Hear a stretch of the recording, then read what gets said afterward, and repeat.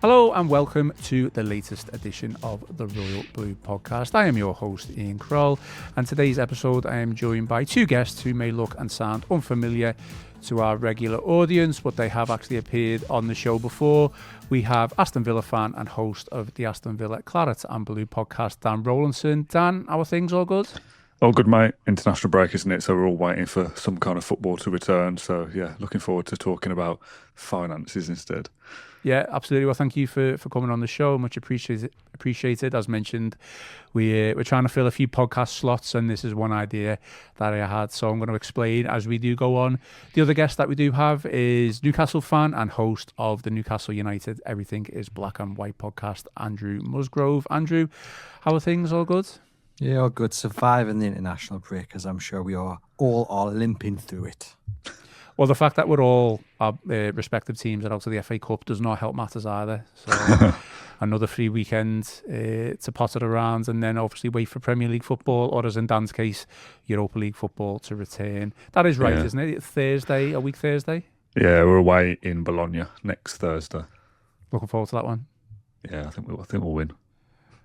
Oh, good luck. Well, today's agenda, I've asked Dan and Andrew to come on the show to have a discussion and get their thoughts from a fan point of view on the Premier League's plans to transition from profit and sustainability PSR rules to squad cost ratio model, and how that will impact, and not just Everton, but other clubs who have similar ambitions. So everyone is always talking about the so-called Big Six and how other teams do struggle to break through the Premier League glass ceiling. And in many ways, in recent years, clubs like Villa and Newcastle have broken through the Premier League glass ceiling. And, as far as I'm concerned, whether that's been Champions League qualification or winning a trophy, and even done so after suffering from a relegation. And relating that to Everton, clubs like Villa and Newcastle have kind of gone on to leapfrog Everton and leaving us struggling to be competitive. What I do believe now, though, is after the season that we've had, obviously it's not finished yet, we've not achieved anything, but hopefully within the next 2 to 3 years, Everton, with the recent stability, could be primed to challenge the top end of the league and do so like the likes of Newcastle and Villa have done. So we're going to kind of get into that, have a discussion and get the lads' opinions and thoughts on what the future holds for the league with the new financial rules. I just want to start off, lads. I mean, I feel like it's only probably fair to start off with you, Dan, and Villa being higher up the table. How do you believe the season's gone so far for Villa? It's been a mixed bag, which probably sounds odd. It was a terrible start. Villa really, really poor in the first 5 games of the season. Didn't score a goal for the first couple, if I'm right. Could barely get shots on target. It was really, really sticky opening to the season. Then went on a record-breaking winning run. I think it was, I want to say 11 or 13 across all competitions. I can't quite remember. It was certainly 8 in the league, I think. Really, really incredible run between kind of September and Christmas. And then the start of 2026, or to say most of 2026, hasn't been brilliant for Villa. That has coincided, of course, with John McGinn, Yuri Tielemans and Boubacar Kamara all getting injured at the same time, which is, rip 3 very good players out of the same area on the pitch as well, out of any team, and I think anyone struggles. I think we've turned a bit of a corner by beating West Ham in the last game before the break. We've got Forest, Burnley, Fulham, Tottenham. We've got some, on paper, winnable games coming up that should see Villa secure a top 5 finish. So, yeah, overall, if that is the case and that's the way it goes, it's a brilliant season. But we've had 2 tricky periods of 10 or 11 games, and it's a third of the season there that we've probably been quite poor. But we were unbelievable in another 11 or 12 game period. So it's kind of balanced it out a little bit. Andrew, I mean, Dan's just described Villa's season as up and down, but still on course for a Champions League qualification.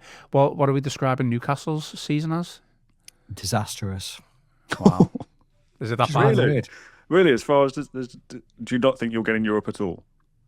No, and even if you get into the Conference League, if you actually look at the numbers, and this is what we're talking about in today's episode, really you've at a disadvantage because of the UEFA financial rules.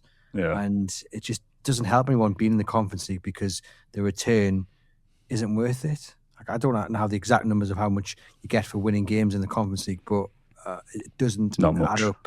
So, yeah, and it has, look, it's been a poor season for Newcastle. I mean, you can't lose twice to local rivals who've just been promoted, and then obviously getting thumped in Barcelona wasn't great. 7 games left though. I mean, the point that you made just at the start there, Andrew, that was exactly one of the reasons why I wanted to kind of do this podcast and where the ideas come from. Because with Everton kind of, close to European qualification, obviously still a good couple of games away and still plenty of teams fighting for it, there has been debate whether, what are the pros and cons of actually just qualifying for the Conference League. Okay, it obviously gets you in Europe, and for the fan point of view, that is fantastic, and European tours and away trips and stuff like that. But financially, how does it actually benefit the club? Which, we'll come on to the squad cost ratio, new introduction of that and how that affects the limitations of spending. But sticking with yourself, Andrew, I mean, the league's often been described as a closed shop with a so-called Big Six. Does the recent success of the likes of Newcastle, obviously Champions League qualification, winning a trophy, and Villa, again, Champions League qualification, on the verge of doing that as well, and then in many ways the downfall or the close to relegation of Spurs, is that proof that the Premier League Big Six can be smashed in that respect? 100%. It's doable. The issue comes after that and maintaining that, and as we've seen with Villa and Newcastle over the last couple of years, they kind of switch places. In many ways, I hope they do qualify for the Champions League and just kind of put a stop to that lack of consistency, because that is where the main issue really comes from. It's all good breaking into the top 4, top 5 and getting Champions League football, but then to maintain the progress and finally get to being a title challenger, you need it every single year. But unfortunately, because of the run of games that you have, and if you go strong in the domestic cups as well as trying to maintain a push for the top 4 or 5, your squad just can't handle it. Now, Villa have done really well in the transfer market. I'm envious of their kind of squad depth, but as we've seen since the New Year's, Dan's mentioned, it hasn't quite gone swimmingly for them, and Newcastle have felt the effects of playing 3 games in a week as well. And it's just about being able to build a squad capable enough of handling the schedule, as well as maintaining a push to get in the Champions League every single year. And it's just not doable with the financial rules, because you get blown out of the water with wages and transfer fees, and it's a vicious circle really, because there's no way that I think Newcastle United in the next kind of 5 or 6 years, unless they get a little bit of luck, can constantly qualify for the Champions League year in, year out. And to be honest, I don't know if Villa will either. I think... Go on, sorry. Sorry, mate. I think our cheat code, for want of a better phrase, is Emery. He's the only thing that will consistently qualify us for European places. And I just mean Europe in some form. If Villa, I hope it's Champions League, but Villa should be in some kind of European competition next season. That'll be the 4th in a row. I don't think a team outside of the so-called Big Six has done that for God knows how many years via league position. So that in itself is some kind of modern success, if you want to call it that, to constantly just be in Europe. First one was Conference League when we went from Gerrard to Emery in that same season. The following year was Champions League. Obviously this year we're in the Europa League. Next year, hopefully Champions League again.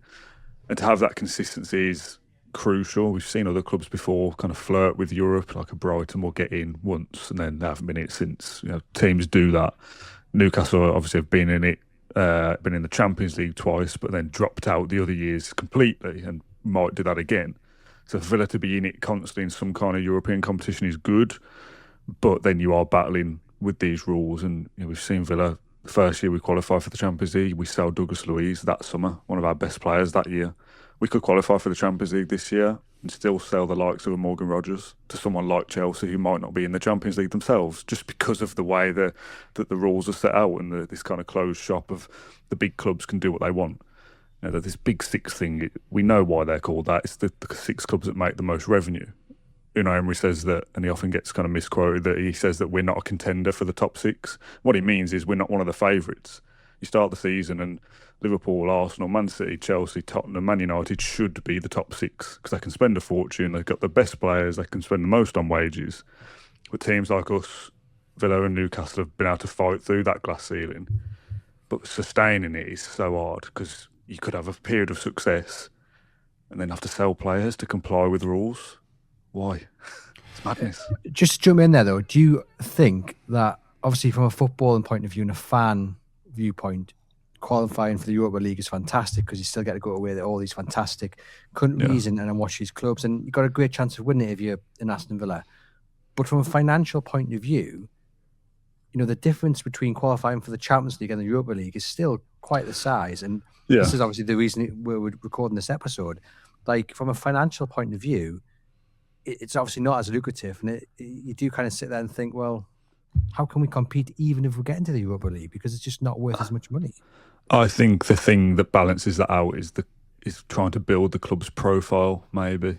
That Villa constantly in Europe. If we're in Europe and we flip between the Champions League and the Europa League for the next 10 years in a row, Villa are a European side. Then they've been in it for 10 seasons, right? Then at that point, we are a kind of household name across Europe because Villa, they're always in some kind of competition. Obviously, you get the prize money of winning the games, and if you win the tournament, you get, I don't know what the specifics are for the Europa League. I want to say it's something like 30 or 40 million for the entire competition, whereas Champions League is what, 80 or 90 maybe from getting to the knockout, so pretty much double. So yeah, the club don't make as much money. You then have this argument of, okay, well, if you drop out of Europe, you don't even make that 30 million, and that's a blow for clubs like us. But if you're not in it, you can spend more because you're not complying with UEFA's rules, which feels completely counterproductive. The flip side of that is that the Premier League will bring in the SCR, squad cost ratio, at some point to replace PSR anyway. So at some stage, we're all going to have to deal with this wages to revenue ratio that Villa are dealing with in UEFA anyway. So, long-winded way, I think I'd rather be consistently in Europe and deal with the rules than drop out and drop in, as Newcastle have done. I think just in terms of building the club's profile, us being visible to Europe is important, I think, and it's important to keep Emery as well. I mean, it's fascinating, to be honest, listening to both of you, two fans from different clubs discussing the kind of the pros and cons of it. Exactly what my mindset has been at the back end of the season when Everton have been on the verge of qualifying for Europe, and financially, like we said, if you qualify for Conference League, even Europa League, it's obviously not huge. It's great for the fans, but it's really Champions League where you need to be.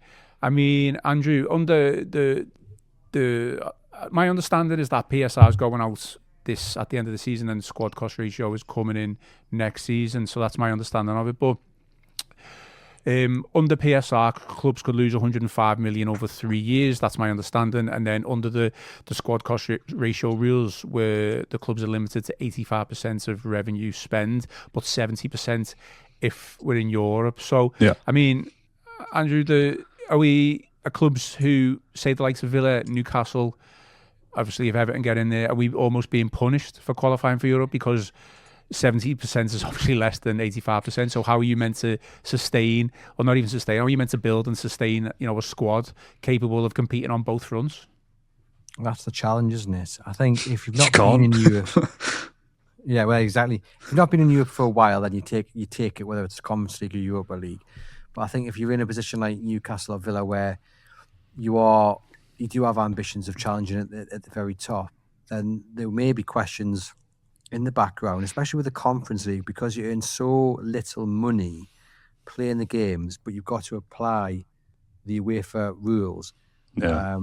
I can't remember the exact numbers, but it's something like you would essentially lose kind of 15 to 20 million pounds spending room if you were in the Conference League because of the way the rules work, because you don't bring in that revenue from the tickets, because no one wants to come and see whoever it is play. You're probably not going to fill the stadium up, but more that you don't earn as much winning games or even just competing in the games. I think Chelsea won, I think it was 15 million pounds did Chelsea get for winning they won the Conference League, or did they win the Conference League, didn't they? Yeah. Whoever last won the Conference League from an English side, I think they got 15 million pounds, which is, you earn that in like 2 or 3 games. In Champions League, it's absolutely crazy.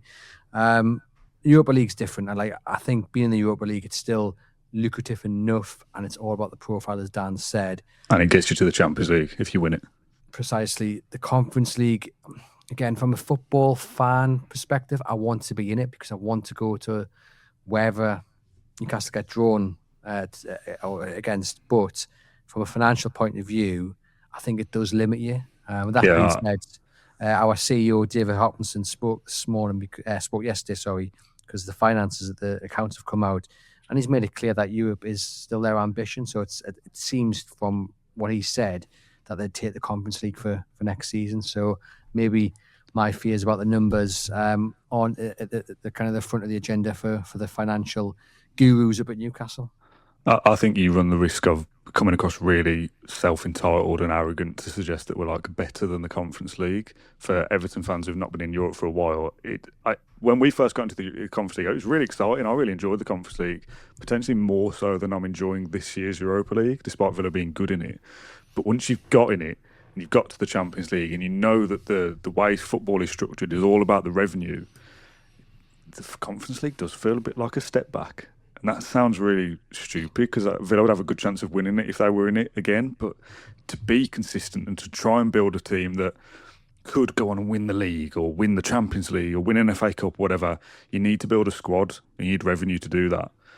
The way that the clubs compete with these rules, the big six can spend what they want because they bring in so much more money than we do, so much more. The way that Villa bridge that gap is by raising revenue. And the fastest way to raise revenue is to sell players. Well, how can you build a squad that is capable of winning a trophy or winning the league or qualifying for the top four if you're constantly selling your players? It's so difficult. None of it makes sense. Villa have described, because Villa have obviously had to deal with PSR and SCR at the same time for the last 3 seasons, being in UEFA competition consistently. I've heard Villa officials describe it as trying to do 2 different jigsaw puzzles at the same time in the dark, because they're at odds with each other. The rules don't make sense. You can raise your revenue for PSR by selling your women's team or selling your stadium to yourself or whatever it is, or the training ground sponsorship. Great for PSR, but the UEFA SCR doesn't count that as revenue. So you might bring in 100 million from sponsorship, by selling your stadium or whatever, but SCR doesn't count that. The only way you can raise your revenue on that side is player sales or ticket prices or sponsorship or merchandise. And to bridge the gap from 100 million a year to 300 million a year, like Tottenham's is, takes years of work. And how do you get that? How do you get fans involved to want to come to games and sell out hospitality packages? Well, you have to be good on the pitch. You can't be good on the pitch if you're constantly selling your players. Like, the whole thing is at odds with each other. Yeah. Just to clarify that, I wasn't saying Newcastle United are better than the Conference League. So I don't want to offend your listeners or viewers, Ian, but I think it's really important to kind of point out that Newcastle and Aston Villa are on a very similar path. And again, without offending any Everton viewers or listeners, that they're ahead in the journey where Everton are. And that's why the Conference League right now maybe doesn't fill me with great excitement from a financial point of view, because it does impact them. And just to go on the figures that I had there, so the winners of the competition only earn about 20 million, yet must work to the 70% rule. So the difference between 70% and 85% based on the 23-24 figures, at least £33 million less to spend. Yeah. So if the new rules had been in place, the likes of West Ham and Brighton would have been able to spend more than Newcastle. Yeah. So this is where, when you're head on the journey, then as Villa and Newcastle ahead of Everton, that's when you look at the Conference League maybe with a bit of a, is it really where we want to be? From a football point of view, brilliant. Got a great chance of winning it, go on some great away days, but making the numbers work, that's the issue, especially when you really do have ambitions of being constantly in the top 4. Listen, this again, without repeating myself, this is one of the reasons why I've got both of you on this podcast, because I mean, I'm not the only one. I'll say the majority of Everton fans would agree that Villa and Newcastle, from a progress point of view, are ahead of Everton. I think that goes without saying. You're definitely not going to offend anyone, Andrew, by suggesting that the Europa Conference League is beneath Newcastle. I think from that point of view, I've suggested all season that I'd love Everton to be in the Conference League from a fan point of view, and from a point of view from the fact that I think any Premier League clubs, not just Everton, they should be the favourites to win that competition if they're in it. It's probably easier to win that competition than it would be to say an FA Cup or a League Cup. Now I know Newcastle won the League Cup the other year, but they came up against the likes of a Liverpool in the final. You know, you're not getting that calibre of opponents in the Conference League. So I think, you know, Everton are 30 years without a trophy now. If we qualify for the Conference League, I completely get the financial aspect of it and how maybe the hierarchy would see it as not a huge beneficial, you know, aspect of qualifying for Europe, but the fans would absolutely love it. I think you also get that chance then from an Everton perspective of that linear progression then, that Villa kind of maybe punched above their weight to finish 7th and then all the way up to 4th the following year and jump from Conference League to Champions League. Whereas Everton, the theory would be, win the Conference League, qualify for the Europa League, you can win the Europa League and be in the Champions League. You're probably unlikely to finish in the top 4 via the league, I don't think, at least anyway, because you've got to use the time to build up a squad I don't think you have at the moment. Whereas winning 2 competitions. We're also a club that hasn't won anything for 30 years. To suggest you're now going to win the Conference League and then the Europa League back to back is by no means easy. But as you say, any English team in the Conference League is the favourite. I think any English team in the Europa League is probably the favourite as well. Villa and Forest are the favourites this year, and Forest, look where Forest are in the Premier League this season. Doesn't mean a fat lot, I don't think. I think you that's get that the thing, chance at the isn't it? Champions League, that route instead, don't you? Well, anyone who's qualified for Europe this season, you know, you're looking at the likes of Forest. Who else has been in there? Is it Bournemouth, Brighton, Crystal Palace? I think Palace have been in conference. They've relatively struggled so far this season, or they haven't had fantastic seasons in the Premier League, and it's obviously given clubs like Brentford, Everton the opportunity to kind of stake a claim for that, you know, 7th, 8th, maybe 9th position that would get. Europe. I mean, that just sticking with your point that you were saying earlier, does this method then, again, don't need to go in the full detail of what squad cost ratio means, or you know what the PSR rules mean, the outgoing PSR rules mean, but in a way it does. Well, for me anyway, but I'll ask the question, does it put more pressure on the likes of Everton, say Newcastle and Villa, to not make expensive recruitment mistakes in the transfer market, whereas City, Chelsea, probably United, they can make mistakes but rectify them quite easily and still spend huge amounts of money? Yeah, this is my biggest frustration with the whole thing. I'm not, and I don't think anyone listening to this will feel like this anyway, but maybe clubs of the big 6 clubs would, fans of the big 6 clubs would, of, Villa complaining about PSR again, Newcastle complaining again. They've spent money. Yeah, I know, we've spent money and we've made mistakes. Signed Harvey Elliott in the summer. I mean, granted a loan with an option, but a loan with an option that we're not prepared to trigger, so we're not playing him. We signed Evan Guesson in the summer and he's already playing for Palace and we'll join them. Like, expensive mistakes, cost us 30 million. Like, I think we're going to get that money back, but Christ, it's a huge gamble. We've spent money, that's fine. We've made mistakes. That's not fine for us because we have to live with those mistakes. Man United signed Højlund for 70 million.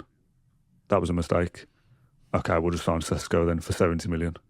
He's not working. Okay, we'll just sign someone else then for 60 million. Like, Villa can't do that. None of our clubs could do that. Brilliant. You're in the Champions League. You can spend some money. Brilliant. Absolutely great.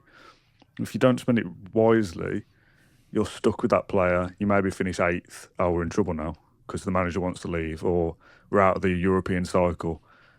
It's now or never. Everything has to be perfect for our clubs to punch above their weight, and no club is perfect, and that's one of the biggest problems. None of the clubs in the league do everything right, but the clubs that have got the biggest revenue are allowed to get things wrong more than once and just keep rolling the dice and going again and going again. Any of our clubs make a mistake, you're potentially like hampering 3 or 4 years worth of progress. And that's not the way it should be. And if that's the way it should be that way for everybody then. But the fact that certain clubs are allowed to operate in different ways than we are makes the whole thing a sham. Andrew, just kind of want to actually speak about football for a minute. I think this question is certainly designated for you from a Newcastle point of view.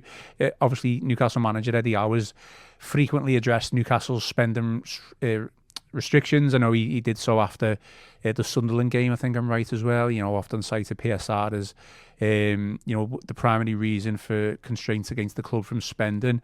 I mean, obviously, if you look at it, Newcastle should be the richest club in the world, but obviously with these rules, they can't spend. And one of the quotes which I've just got in front of me from my notes, he said, PSR is controlling what we are able to do.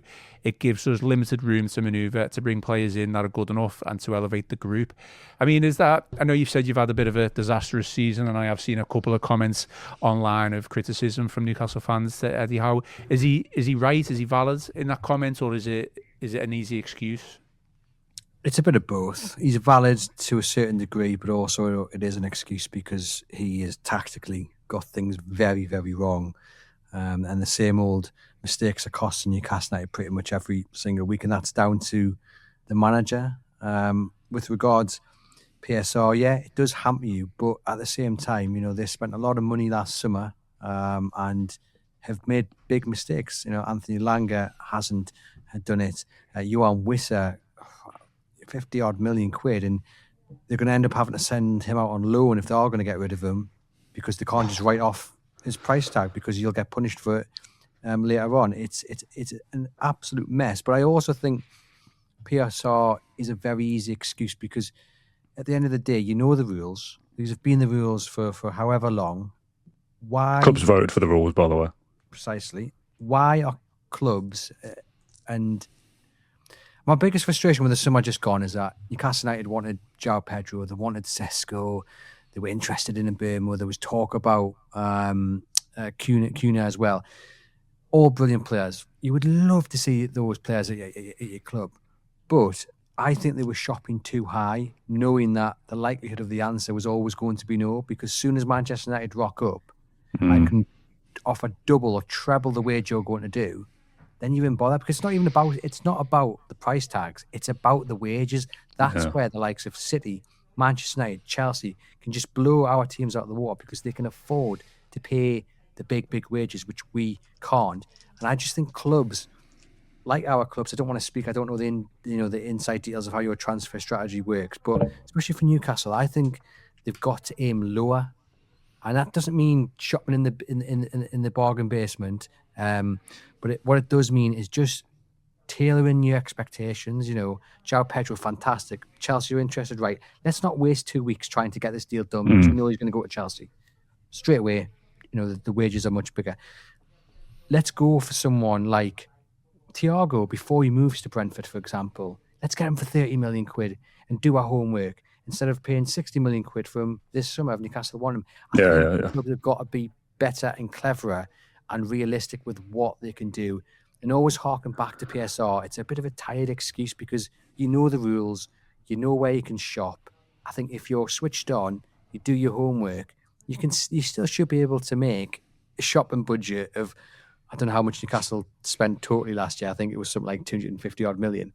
Let's be honest, that should still be enough to get into the top six, really, shouldn't it? Yeah, if definitely. Doing it right. It is an excuse.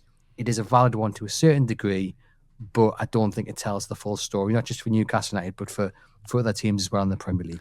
And this is why I say about Emery being so important to us, because you don't get much for your money these days. A 40 or 50 million pound player isn't an elite player that's going to score you 30 goals a season. It's probably an average Premier League striker or an average Premier League midfielder now. He's on costing you a hell of a lot, and they're on a lot of wages as well.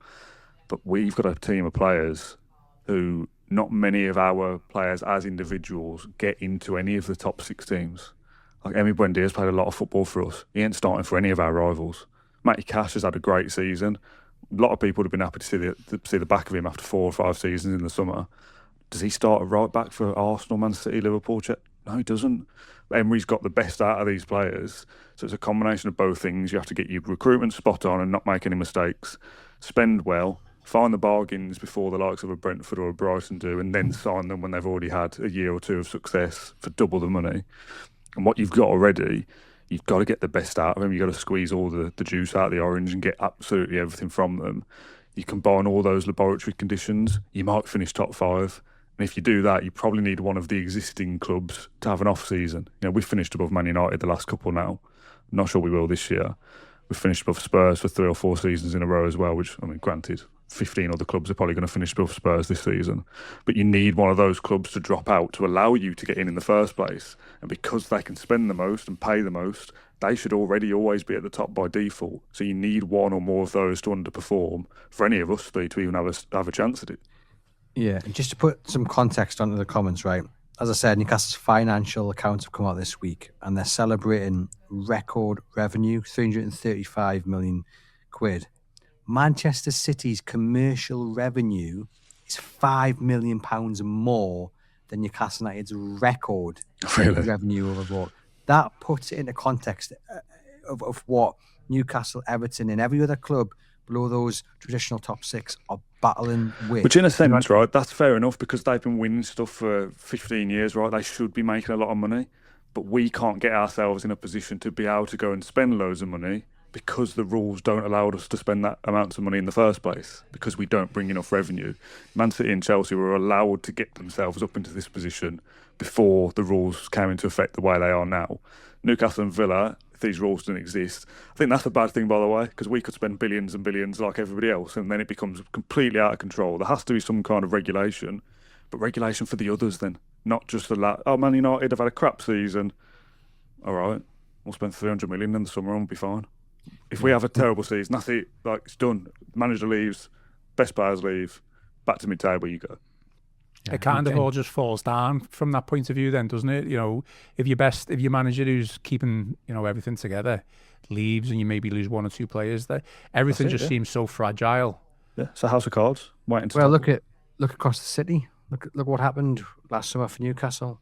Lost Alexander Isak, who the whole team was pretty much built around, and they've not recovered. They bought two strikers for the best part of £130 million. Neither who were playing up front other than for 2 minutes in the biggest game of the season against Sunderland. And you've got Anthony Gordon up top. And it's because Liverpool came in, turned his head, paid the wages, paid that record fee. And Newcastle were left with two strikers who they didn't really want to sign, but there was no one else around. Panicked. And now, a year on, there's talk about both of them leaving. Is there almost a little bit of naivety, not just from Newcastle, but obviously just using Newcastle as an example here, that even though your club qualified for the Champions League, had a fantastic season last year, you still lost your star player, and you missed out maybe on one or two transfer targets from the outside looking in. Was there naivety in thinking, well, we're in the Champions League, we can go for the best players, we can sign the best players, when in reality it's completely agree what you said there, it is money and it is wages, and Newcastle lost out on some targets primarily because of other teams were offering bigger wages? Yeah, it's exactly that. As I mentioned just before, I think Newcastle were shopping on the highest shelf, and it's all good to have that ambition, but there's got to be a little bit of realism. And David Hopkinson, the CEO, has alluded that's going to be the strategy going forward, that it's not about spending the most money, it's about building the squad and aiming in the right aisle, if you want to continue down the supermarket metaphors. But I think also there has to be an expectation or reality check when it comes to fans as well. And it'd be interesting to know the viewpoints of you guys and of the Everton fans watching. Like, for instance, if Newcastle went and spent 10 million on Semenyo from Bristol, as Bournemouth did, there would have been the biggest kick-off, because he failed on loan at Sunderland. His stats at Bristol were awful. And yet 2-3 seasons later, he's moved to Manchester City for 80-odd million quid. He's looking absolutely electric in one of the best sides in the world. And I think sometimes when you have the success that Newcastle had, and I agree with what Dan said earlier, actually, probably came the wrong way around. For me, I would have liked to have seen them go gradually, Conference League, Europa League, and then Champions League. I think they managed to shoot for the stars. They got there, and they're kind of finding it a little bit difficult to stay there. But I do think when you are there, as a fan, your expectation rises, and it's not always realistic. I think that also has to be taken into account, because I don't know about you guys, but I would fully expect a massive kick-off if Newcastle went out and signed, I don't know who's top scorer in the Championship, but just an example there. Just given on who they've signed previously in the last couple of windows. Yeah, I think sometimes you have to take those gambles, but again, it just speaks to us, these clubs not being in the position for the gamble not to pay off. Like, we signed Morgan Rogers for 8 million from the Championship, rising to 15 if he meets the add-ons for playing for England, which he obviously now has, and he's worth, I don't know what you guys think, 70, 80, 100, whatever. whatever he's worth to Villa is the answer anyway. But if we signed him for 8 million and he was terrible, okay, well, that's 8 million gone. Like, that's a decent chunk of money for us, and we've put our eggs into this basket and he's not worked. Well, that might be the difference between us finishing 6th and 7th or 8th. Like, that transfer has to be spot on, right? And if That's it why works, brilliant. If it You doesn't, do the homework though. Yeah, I that's know, why but clubs often get things wrong, don't they? Because they all do. But again, it just comes back to, well, if you do get it wrong, we are punished for it for seasons.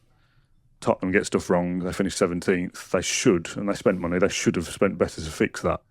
They're probably a poor example, to be honest. But Man United... They're a different case altogether, aren't they? Yeah, Man United finishing 15th or whatever, and now they might finish 3rd this year because they could spend what they wanted in the summer. Like, they have bad seasons or bad season and can fix it. If Newcastle finish 12th, that could be the end of, like, Newcastle finishing in Europe for another 5 years. Like, you don't know, right? I mean, it's all about commercial growth, isn't it, now with these new rules? And do you think as well that we already know it's not come to a point that they're squeezing as much out of, monetization and revenue as possible? That's obviously going to hit the fans' pockets hard as well. Ticket prices go up, season ticket prices go up. But inevitably, it's the fans. You might enjoy the product on the pitch if, you're getting Champions League, you're winning trophies. That's all fine. But if you do struggle and you're having to fork out hundreds of pounds, thousands of pounds each year to watch your team, it's not ideal either, is it? It's not for the love of the game. Yeah, ticket prices is something we've spoken about a lot the last few weeks. The Europa League quarter final is 61 quid for a sit, which feels like a hell of a lot of money for a Europa League quarter final against a team that we've played twice already in the last couple of years in Bologna, beaten twice as well. And again, this is kind of maybe naivety the other way. I think that fan-generated revenue shouldn't count towards the rules anyway, because I hate it as an excuse. Oh, PSR, you're in trouble. The fans need to contribute. Why should I? Stop paying agents millions of pounds. Stop paying wages so high. Yeah, so minuscule as well compared to what actual football clubs make from TV money and TV revenue as well. Bring in a sponsor Bodymore Heath, our training ground, for $5 million a year, and you don't have to raise ticket prices at all. Like, do your job, Villa. It shouldn't be on us to contribute to success. And I said this on our podcast before. Villa have paid a lot for ticket prices over the last couple of years. Have we signed anyone good for 2 seasons? No, we haven't. Well, no, what was that money for? There's a bone of contention of obviously when Villa qualified for the Champions League for the first time in a while, that the ticket prices were huge, weren't they, for the 4 games initially? I mean, what is it now? With the league format, still 4 games, is it? Still 4 games at home, yeah. I mean, Andrew, from what you've read up on the new rules, the transition from PSR to squad cost ratio, do you think you'll see a stop, or do you think you'll see more of clubs like Newcastle, Villa, probably potentially put Everton in that bracket as well, being forced to sell the star players, the best players, to recoup money so they can then reinvest that? I mean, just looking at my notes from my research, obviously you've kind of lost Elliot Anderson, Yakubu Minteh, you sold for big prices. Villa have done the same with John Duran. Douglas Luiz, a couple of years ago, we know was come back. Hefty transfer fees, tried to be reinvested back into the team, but inevitably they're players who you don't really want to sell, you want to keep. Mm-hmm. Yeah, I think Elliot Anderson and Yakubu Minteh were slightly different. They were young players who hadn't really done too much, and since they've moved on to Forest and Brighton respectively, they've done amazing. I mean, Anderson's going to start in the centre of the park for England, I think. The bigger players of Newcastle, the likes of Sanj Tonali, Tino Livramento, Bruno Guimaraes, I think we are at risk of losing 1, if not 2 of them come the summer. I mean, Tino Livramento, fit and firing, he walks into, I think, pretty much any right back slot out of the top 6. Tonali, best midfield I've seen at Newcastle in the last 30 years, and we've had some really good ones. He's unbelievable. He's probably going to go, I think, in the summer to Manchester United or to Arsenal or City. I think it's just football, and it is frustrating, but I think, again, sometimes we can focus too much on, we've had to do this because of the rules and how they, strangle us. Well, no, it's just the turnover of players, really, and sometimes you've got to sell a player to progress. And, for those older viewers, you might remember Andy Croll being sold to Manchester United from Newcastle in 1995. He'd done wonders in Newcastle, scored goals for fun. Newcastle versus Manchester United at the top of the Premier League table, and Kevin Keegan decided to cash in, and he put the argument across about trusting him and helping him progress this team. And we went and bought Keith Gillespie, and we went close to the title again the season after. It's just the way football works. It is frustrating, but I think sometimes it's about the bigger picture. And if Newcastle can cash in on Tino Livramento this summer for £85 million, given his injury record as well, I think a lot of Newcastle fans would take that as long as reinvested into the club.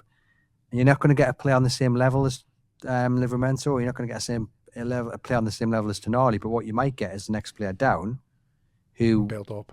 Yeah, can build up. And I think it's all about looking at the bigger picture and just taking a step back and taking a breath and thinking, yeah, this is really frustrating. We should be able to spend X, Y, Z, but we can't. So let's work within the rules.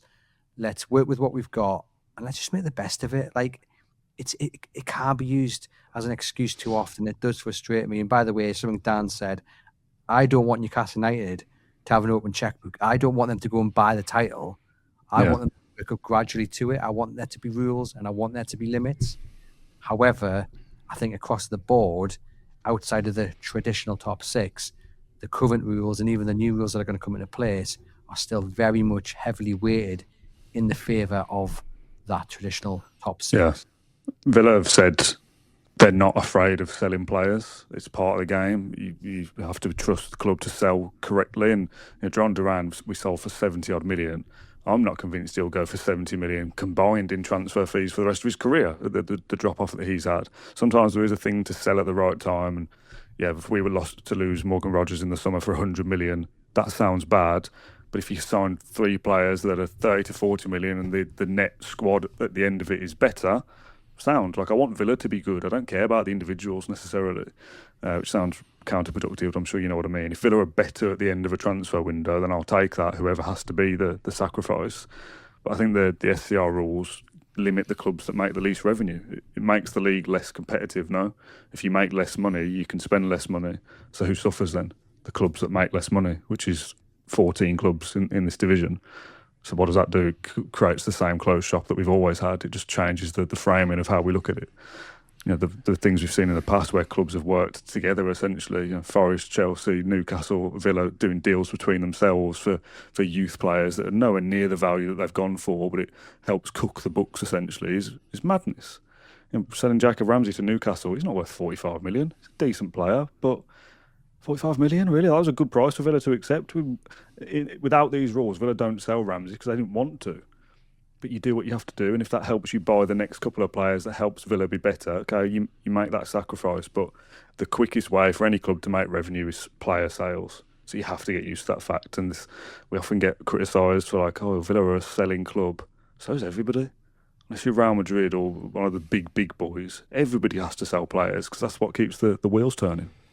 I think Newcastle, Villa have been the 2 most consistent clubs, I guess, outside the big 6, if you want to call it that, with the Champions League qualification, consistently qualifying for Europe, and obviously even Newcastle winning a trophy. Obviously, that is what Everton are aspiring to at this moment in time. I think gone are the days of major success within a 1-2 year period. When I say major success, I mean obviously winning a league, winning a Champions League. Getting to those stages. If you're going to do that, clubs like ourselves, you're looking at 4 or 5 year period. But as we mentioned, the level of there's very little room for mistake, and if you do make that one mistake, it's so fragile that it could literally just bring anything down. I mean, I'll start wrapping things up now because I'm conscious of time. I just did want to mention 2 more things before we go. So. New stadium and maybe potentially Newcastle and Villa redevelopments. I think Everton are kind of maybe now starting to feel the benefits of new stadium. I mean, I know the accounts are only just starting to get released today, so we'll see a little bit of what that brings. We know new stadiums, modern day state-of-the-art facilities bring really good commercial opportunities and growth in that respect. I mean, start with you, Andrew, for Newcastle. How far away in Newcastle from a rebuild, a redevelopment? Do you think that is something that you need to progress quickly to get these, this revenue through and the commercial opportunities? We've been waiting for an update for quite a while, but there's been leadership changes, new CEO has come in, so I don't think it's any surprise it's been put on the back burner for a little bit. The financial accounts revealed that Newcastle have actually sold themselves the stadium. Now, the club deny that's down to some PSR trickery, and rather that it is done to allow the kind of acceleration of either development or relocation of the stadium. So if you take that at face value, that means potentially something is on the horizon. I think it's difficult for Newcastle because they don't want to leave the city centre because it's such an iconic stadium. But then the sites that you can build in the city centre, there's not very many you can choose from. The ones that are there, the best ones, are protected. They're grade 2 listed or what have you. I think the ideal location is right next door at a place called Leazes Park, which is a Victorian park, and that's protected. So, even before you get a spade in the ground, you've got to work out how you can persuade someone to sell that to you and then jump through all the red tape. And to many people who live in Newcastle, that park's more important than when Newcastle United call home. That's totally acceptable. And that's the kind of issue Newcastle United have got at the moment of how do you balance what the majority fans want, which is either to stay at St James's Park and redevelop it, which comes at its own obstacles because buildings around it is listed, so you can't block the light and what have you. It's a proper minefield. Or move, but stay in the city centre where there's no options. For me, moving to a new stadium, I think, is the answer, because St James's Park, in its current form, I don't think is built to offer other events. You look at Spurs, they offer NFL, they offer boxing, they offer concerts, and that's what is key. That is what brings you the money in. And Newcastle United, I think, in the last 5 years, probably had 3 concerts there, and 2 with Sam Fender, because it's Sam Fender, and he's Geordie royalty at the moment, so that's why he's there. But everyone else goes down to the Stadium of Light for a concert. Beyonce, Lady Gaga. We want these big names at Newcastle United because it's good for the city, but it's also good for the books. So for me, get a new stadium built, state of the art, so you can offer more than just football. You can offer everything else that can bring in that revenue. But where that's going to be, when that'll be, your guess is as good as mine. I mean, this might be a tough question for a Newcastle fan, but why is the Stadium of Light any better for that stuff than St James's? I don't know. I don't have the answer. But everywhere, whether it's contracts, there's something that just sees every big name go there. And again, this summer there'll be concerts there. I don't really have the answer, but for whatever reason, it seems to be weird side instead of Tyneside. Dan, do you see Villa, getting a new stadium or redeveloping a new stadium as a major factor that will progress the club forward? I mean, I hate the idea of leaving, but I can see the merits of why clubs do it. I think part of the biggest problem around Villa Park is the area itself, the infrastructure for obviously the homes around it, the transport links with the trains. You're not in the city centre itself. You're a 10-minute train journey away from Birmingham New Street. Getting in and out of the area is not great, for the roads and stuff as well. So I don't know. We spoke about this a little bit. If you knock it down and build somewhere in the city centre, that's very different. You're no longer in Aston for a start. Is that a bit of a red flag for Aston Villa not to be based in Aston anymore? We've been there since our inception. The ground's 100 odd years old. It's a vital piece of English football history, I think. Villa are redeveloping it. The North Stand work has begun this week, in fact, actually, or some of it, to be done properly over the summer. And that was something that was spoken about before we qualified for the Champions League, and they put the plans on hold because I didn't think they wanted to miss out on some of the revenue that the Champions League was going to bring, to be honest, because the attendance would have been down 10,000 odd the year that we were in the Champions League. So they put those plans on hold. The point of that was, well, if this club wants to win the Champions League all the time, you're going to have to kind of rip that plaster off at some point and get on with it. So I think we probably should have carried on with the plans, to be honest. I think they'd be done by now. But they're redoing the North Stand entirely, which needs it because it's a horrible stand anyway. It's well out of date. And I think that raises our attendance to 50-something thousand from its 43 at the moment, which again is a step in the right direction. Villa have done concerts and stuff as well, obviously the Aussie one in the summer and all those different things. So we have started to do more. We've got this venue outside the ground now called the Warehouse, which is like a drinks thing with big screens and all that kind of stuff, which is open for before and after match days, and I think is to be open every day is the plan eventually. So the club are doing things to try and raise their revenue, but there's no quick and easy fix to that, to get it from, what was yours, Andrew, 300 odd million to Man City's 500. You're going to need a bit more than a beer venue to do that, you know. I think Everton is a good case example for us to all observe over the next few years.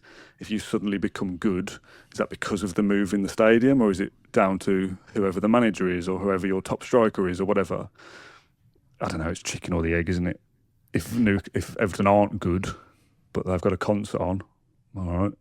Well, look, do you care about that? Spurs are probably the case in point, really. I mean, and obviously time will tell, but Spurs, they've got a brand new, you know, state-of-the-art stadium, but if anything, they've dropped off since they've. Oh yeah. But that's you know, decisions that have been made with regards to. Well, that's the point, isn't it? Villa had a record revenue year the year they were in the Champions League, and it was like, oh, well done to the commercial team and everyone for doing that.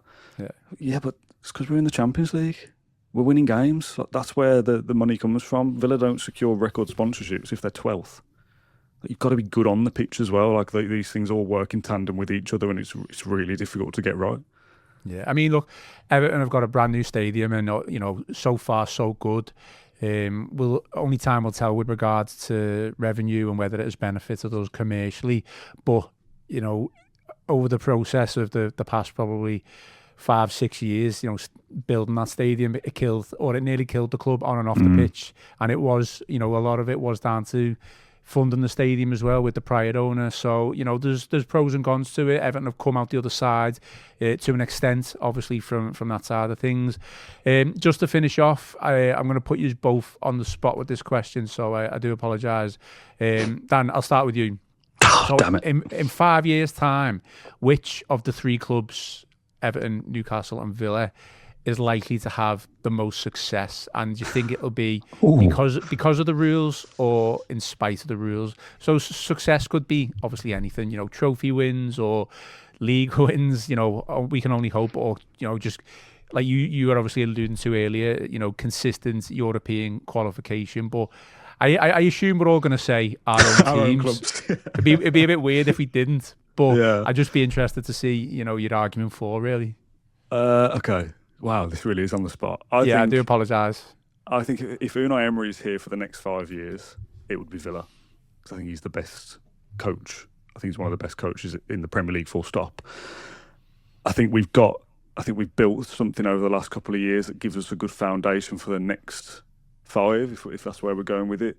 We often talk a little bit about what happens after Emery, and I'd like to think that we're in a good position. The club's been built into a good way that a good manager replaces him. We don't go back to the pool of, you know, your Steve Bruce's and all those has-been managers. You get one of the next best ones, right? You get an Iraola or whoever. And if they can continue the good work, then yeah, there's no reason why Villa can't now be successful because of what we've built over the last couple of seasons.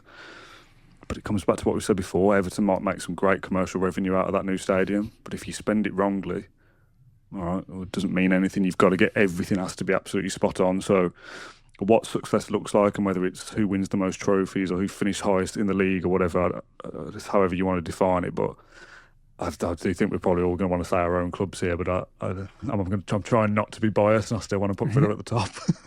No, that's fair enough. I mean, you've gone for footballing reasons, and you know you've got the evidence to suggest that. I think it's completely valid. I'm a little bit wary about what Andrew's going to say about Eddie Howe. Is it going to be Eddie Howe the reason as to why Newcastle are the most successful club over the next 5 years? I wouldn't have thought so. Ask us that, and ask me that in the summer. Would he be the next successful manager over the next 5 weeks? Newcastle's CEO was not as committal as he was a few months ago, although he did then clarify that they're not looking to make a manager change, but he was very clear that it's about the next 7 games, and then they will talk about the future. But in terms of the next 5 years, well, Derek Hopkinson, the CEO, has put a little bit of a weight around his neck because he talked about a 2030 vision last month, in which he spelled out their aims to be challenging for the Premier League title and one of the biggest clubs in the world by then. Since then, we've been humbled at Barcelona, put politely, beaten by Sunderland, deservedly so, thrashed by City in the cups and what have you. So, and worst of all, you've had to appear on the Royal Blue podcast as well. So exactly. If he's serious about the ambitions, then look, that would have come from Saudi Arabia. That would have come from the Public Investment Fund, that kind of messaging. If they're serious about it and they're fully committed and they stay on board, then definitely commercially, I can see Newcastle United having a lot of success. 44% growth from last year without the Champions League. That's massive. That's good, yeah. Can they build on that? Fingers crossed they can do. Footballing wise, it's about whether they can make those numbers work.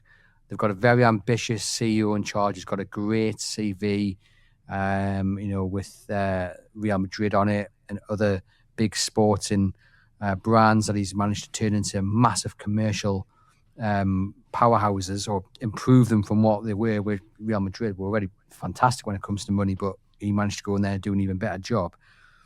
He's not going to want to let his reputation soured. I think with him at the helm, if he stays around and he can do what he's done previously at other places, then Newcastle United can be very successful.